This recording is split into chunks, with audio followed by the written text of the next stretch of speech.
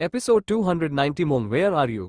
आपने मुझसे कहा था ना कि आप आज मुझे मेरे भाई बहन से मिलाने के लिए लेकर जाएंगे। कहीं डैड ने आपको मना तो नहीं किया है मुझे लेने के लिए आने के लिए।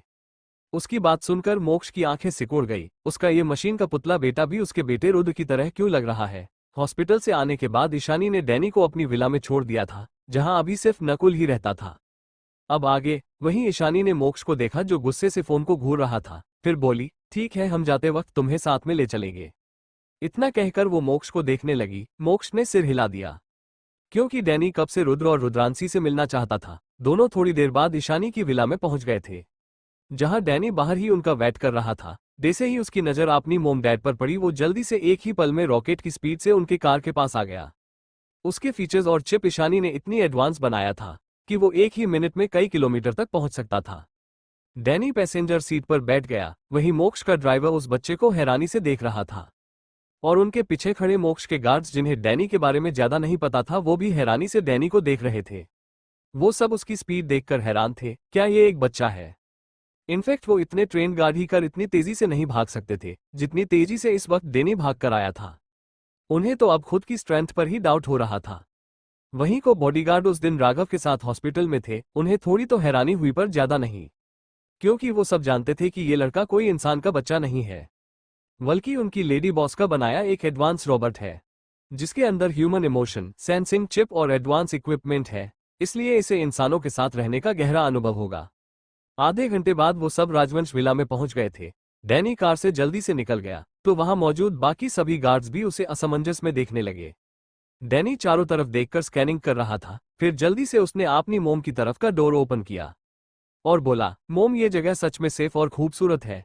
ईशानी ने हाँ में सिर हिला दिया तो डैनी लाइट की स्पीड से दूसरी तरफ चला गया और किसी गार्ड की दरवाजे खोलने से पहले उसने खुद मोक्ष की साइड का डोर ओपन कर दिया। आइए डैड, यहाँ कोई खतरा नहीं है। उस बच्चे की मुंह से आपने डेविल बॉस के लिए डैड सुनकर सभी गार्ड्स हैरान रह गए। यहाँ हो क्या रहा है? क्या ये इतना बड़ा बच्चा उनके बॉस का बच्चा है? और ये कब इस दुनिया में आ गया और इस बारे में उन सबको पता क्यों नहीं चला? क्या उनके बॉस उनकी प्यारी लेडी बॉस को धोखा दे रहे थे? पहले से ही उनका एक बेटा है, फिर बाद में उन्होंने लेडी बॉस को फंसाकर शादी कर लिया। सभी गार्ड्स ना चाहते हुए भी मोक्ष को देखने लगे। वहीं मोक्ष तो अब चीड़ रहा था। ये उसका जबरदस्ती का बड़ा बेटा उसे सबके सामने डैडी कहता है, पर काम किसी बॉडीगार्ड जैसा कर रहा है। ये जगह ऑफकोर्स सेफ ही होगा। ये उसका घर, ये कोई पब्लिक प्लेस नहीं जहां उसका बेटा उसकी सेफ्टी सिक्योर कर रहा है। मोक्ष उसे देखते हुए कार से बाहर आ गया और दांत पीसते हुए बोला, डैनी ये घर तुम्हारे मोम का है, यहाँ कोई नहीं आ सकता, ना ही खतरा है। इसलिए अब इधर उधर स्कैन करना बंद करो। मोक्ष ने जब देखा कि डैनी अभी भी चारों ओर स्कैन कर रहा है तो वो उसे समझाते हुए बोला। उसे हैरानी हो रही थी कि उसे एक रॉबोट को भी समझाना पड़ रहा है। ओके डैड, ये हमारा घर है और सेफ है। मैंने स्कैन कर लिया, अब आप और मोम चल सकते हैं।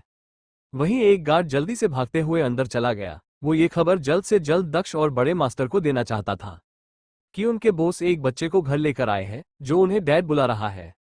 बाकी सब भी थोड़े गुस्से में थे। सब सोच रहे थे कि उनके बॉस ने उनकी लेडी बॉस को धोखा दिया है, पर ईशानी तो बहुत शांत थी और ये बच्चा उन्हें मोम बुला रहा था, इसलिए सब चुप थे। जैसे ही मोक्ष, ईशानी और डैनी अंदर पहुंचे, सबकी नजरें उन तीनों पर पड़ी, खास करके मोक्ष और ईशानी के साथ आ रहे बच्चे पर। वो बच्चा 6-7 साल का लग रहा था। ऐसा तो संभव ही नहीं हो सकता कि ईशानी इसकी मां हो। इस बच्चे की पैदा होते वक्त तो ईशानी सिर्फ 15-26 साल की होगी, और तब तो वो मोक्ष से भी नहीं मिली थी, तो फिर इतना बड़ा बच्चा कहां से आया? वहीं वो गार्ड जो उन्हें बताने आया था वो चुपचाप पीछे खड़ा हो गया। मोक्ष, ये बच्चा कौन है? जैसे ही मोक्ष और ईशानी अंदर आए, कनक जी ने पूछा। मोक्ष कुछ बोलता उससे पहले ही डैनी ने उन्हें स्कैन कर लिया था और अपनी चेहरे पर एक स्माइल लाते हुए बोला, हेलो ग्रेट ग्रैंड माँ, मैं डैनी, आपका ग्रेट ग्रैंड चाइल्ड। उसकी बात सुनकर कनक जी हैरान हो गए, वहीं बाकी सब भी हैरान थे। तभी डैनी फिर से बोला, मैं अपनी छोटे भाई बहन से मिलने आया हूँ। ये बच्चा, क्या ये बच्चा सच में तुम्हारा बेटा है? मोक्ष, नरेंद्र जी ने हैरान होकर कहा। तुम ऐसा कैसे कर सकते हो मोक्ष? तुमने हमारी बहू को धोखा दिया। कनक जी भी गुस्से से बोली। हाँ मोक्ष, तुम्हारी हिम्मत भी कैसे हुई हम सबसे सच छुपाने की? कल्पना जी भी गुस्से से बोली। अखिलेश जी ने कुछ नहीं कहा, पर वो गुस्से से मोक्ष को घूर रहे थे। ये आपने भाभी के साथ ठीक नहीं किया भाई। इतनी बड़ी धोखा आप भाभी के साथ कैसे कर सकते हैं? दक्ष और नव्या भी बोल पड़े। वहीं उनकी बात सुनकर मोक्ष हैरान और कंफ्यूज था। कौन सा धोखा? उसने कब ईशानी को धोखा दिया? वहीं ईशानी को समझ आ गई थी कि सब मोक्ष को गलत समझ रहे हैं। उसे तो हंसी आ रही थी जब सबको पता चलेगा कि ये डैनी मोक्ष का बच्चा नहीं बल्कि उसका बनाया हुआ बच्चा है, तो सब किस तरह से रिएक्ट करेंगे। जब मोक्ष को समझ आया कि ये लोग डैनी को क्या समझ रहे हैं, उसने घूरकर सबको गुस्से से देखा। फिर उनके पीछे चुपचाप खड़े गार्ड को देखा। वो समझ गया इस गार्ड ने ही ये सब बोला है। अपने डेविल बॉस को अपने तरफ देखता पाकर वो अखिलेश जी के पीछे छुप गया। तुम उसे क्या घूर रहे हो? उसने क्या गलत कहा? ये बच्चा सच में तुम्हें डैड बोल रहा है। उसने बस इतना ही हमें कहा था। अखिलेश मोक्ष को देख बोले। तभी कल्पना जी ईशानी के पास आकर बोली, तुम बिल्कुल भी चिंता मत करो, मैं तुम्हारा बदला इससे लूंगी। इसकी हिम्मत कैसे हुई तुम्हें धोखा देने की? अगर तुम उसे छोड़ना चाहती हो तो भी मैं तुम्हारे साथ हूं मेरी बच्ची। कनक जी भी ईशानी के पास आकर बोली। मोक्ष की आंखें गुस्से और फ्रस्ट्रेशन में सिकुड़ गई। उसने जल्दी से ईशानी को अपनी बाहों में कस लिया। ये उसकी दादी माँ मोम हर बार उसकी बीवी को उससे अलग करने के बारे में क्यों सोचती रहती है? क्या इन्हें कोई और ऑप्शन नहीं मिलता? तभी डैनी को अपनी रोबोटिक आंखों को टीम टीम करते हुए सबको देख रहा था। उसे समझ नहीं आ रहा था कि उसके डैड ने कब उसकी मोम को धोखा दिया। वो आगे आकर अपने डैड को स्कैन करके बोला, नहीं डैड मोम से प्यार करते हैं, मैं तो धोखे को ट्रेस नहीं कर पा रही हूँ। ये कहते हुए वो इस वक्त बहुत कंफ्यूज नजर आ रहा था। उसकी ऐसी कंफ्यूज चेहरा देखकर सब और भी हैरान हो गए। क्या ये बच्चा ट्रेस करने की बात कर रहा है? तभी रुद्रांश और रुद्रांशी की एक साथ रोने की आवाज आई। दोनों कल्पना जी की कमरे में सो रहे थे। इस वक्त शायद दोनों नींद से जग गए थे। दोनों उठ गए हैं, मैं उन्हें लेकर आई हूँ। कल्पना जी डे से ही जाने वाली थी। दादी माँ, मैं आपने दोनों भाई बहन को लेकर आता हूँ। कल्पना जी की जाने से पहले डैनी ये बोलकर आवाज के दिशा में लाइट की स्पीड से भाग गया और एक छलांग से नीचे से फास्ट फ्लो में पहुंच गया था। सबका मुंह तो खुला का खुला रह गया जो स्टाफ किचन के बाहर थे। वो लगभग हैरानी और डर से बेहोश होने वाले थे। यही हाल घर वालों का भी था। सबका मुंह इतना बड़ा खुला हुआ था कि इस वक्त 2 अंडे फीट हो सकते थे। ये क्या था? वो बच्चा इतनी स्पीड से कैसे भाग सकता है और वो इतना ऊंचा कैसे उड़ गया? कल्पना जी डर और शक से बोली। हाँ, वो एक ही छलांग से कैसे ऊपर पहुंच गया? दक्ष भी हैरानी से बोला। भाई, क्या उसमें कोई सुपर पावर है क्या मूवी की तरह? नव्या ने एक्साइटमेंट में पूछा। भले ही उसे डर लगा था पर इस वक्त उसे एक्साइटमेंट भी हो रही थी। हाँ मोक्ष, वो बच्चा कौन है जल्दी बताओ। अखिलेश जी और नरेंद्र जी एक साथ बोले। क्या आपने सुना नहीं? उसने खुद ही तो कहा कि वो मेरा बेटा है, मोक्ष ने व्यंग्यात्मक स्माइल के साथ कहा।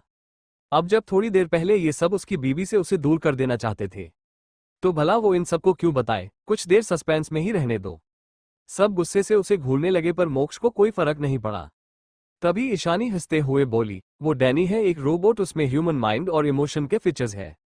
मैंने उसे बनाया था इसलिए वो मुझे मोम बुलाता है। उसी हिसाब से उसने मोक्ष को डैड और आप सबको भी फैमिली मान लिया। वो इस बार रुद्र और रुद्रांशी को देखने आया है। वो उन्हें आखिरकार भाई बहन मानता है। उसकी बात सुनकर सब हैरान और थोड़ा रिलैक्स थे, वरना सब थोड़ी देर पहले डर गए थे। इसका मतलब वो एक रोबोट है, पर दिखने में तो वो बिल्कुल एक प्यारे बच्चे की तरह लग रहा है। कनक जी हंसते हुए बोली। थोड़ी देर पहले शायद डर से उन्हें दिल का दौरा आ जाता। अभी तो आप गुस्सा थे और अब आपको वो प्यारा लगने लगा है। मोक्ष उनका मजाक उड़ाते हुए बोला। तो दादी माँ ने मुंह बना लिया। दक्ष बोला, भाभी आप सच में ग्रेट हो। आपने इतना अच्छा और हाई टेक्नोलॉजी का ह्यूमन रोबोट बनाया है। उसे देखकर कोई भी नहीं कह सकता कि वो इंसान का बच्चा नहीं बल्कि रोबोट है। नव्या तो एक्साइटेड होकर बोली, भाभी क्या आप मेरे लिए भी एक रोबोट बना देगी जो मुझे ऐसे ही हवाओं में छलांग लगा कर ले जाए? हाँ भाभी, इसके लिए एक बंदर का रोबोट बना देना जो इसे हवाओं में कलाबाजियां खाकर छलांग लगा दे ताकि ये ज्यादा एंजॉय कर सके। बंदर के साथ बंदरिया, वाह क्या सीन होगा। दक्ष नव्या की मजाक उड़ाते हुए हंसते हुए बोला। तो नव्या गुस्से से उसे घूरते हुए बोली, भाभी बंदर का रोबोट बिल्कुल दक्ष भाई जैसा होना चाहिए। आप दक्ष भाई का चेहरा ही उस रोबोट को बनाने में यूज करना, क्योंकि भाई किसी बंदर से कम तो नहीं है ना। तभी सबकी नजर ऊपर पड़ी जहां डैनी आपने दोनों हाथ से रुद्र और रुद्रांशी को लाकर आ रहा था। उसने सीधा ऊपर से नीचे छलांग लगा दिया। ये देख मार सबकी आंखें फेल गई। बच्चा संभाल के सबके मुंह से एक साथ निकला, पर डैनी तो आराम से धीरे से नीचे रुका, कोई भी फर्क नहीं पड़ा उसे। वहीं रुद्र और रुद्रांशी तो खिलखिलाकर हंस रहे थे, शायद उन्हें हवाओं में उड़ने में मजा आ रहा था। रिलैक्स दादी माँ, ग्रैंड माँ, मेरे भाई बहन को कुछ नहीं हुआ है। डैनी की बात सुनकर सबको हंसी आ रही थी। सच में कौन कहेगा कि ये एक रोबोट है? बातें तो ये बिल्कुल किसी इंसान की तरह ही करता है। इस बार सब डैनी को और पास से और अच्छे से देख रहे थे। सब उसे टच करके भी देख रहे थे। उन्होंने इतना जीवंत रोबोट आज तक नहीं देखा था। ऊपर से उसके अंदर स्मैटनेस भी थी। तभी दक्ष बोला, रॉबर्ट डैनी भतीजा, तुम खाना खाते हो या सिर्फ इलेक्ट्रिक पावर? उसकी बात सुनकर सब उसे ऐसे देखने लगे जैसे वो लोग किसी पागल को देख रहे हो। बेवकूफ चाचू, मुझे खाने की कोई जरूरत नहीं है, मैं पावर ऑब्जर्व करता हूँ सिर्फ 6 महीने में एक बार। दक्ष ने हाँ में सिर हिला दिया, जैसे उसे सब कुछ समझ आ गया हो। तभी नव्या डैनी के पास बैठकर उसे गले लगाते हुए बोली, मेरे प्यारे भतीजे, क्या तुम मुझे भी लेकर ऊपर से ऐसे छलांग लगा सकते हो? नव्या की बात सुनकर सब हंसने लगे। नव्या सच में किसी बच्चे की तरह बात कर रही थी। तभी डैनी बोला, ऑफ कोर्स बुआ, जब तक आपकी वेट मेरे सिस्टम एबिलिटी में है मैं आपको लेकर ऊपर से नीचे छलांग लगा सकता हूँ।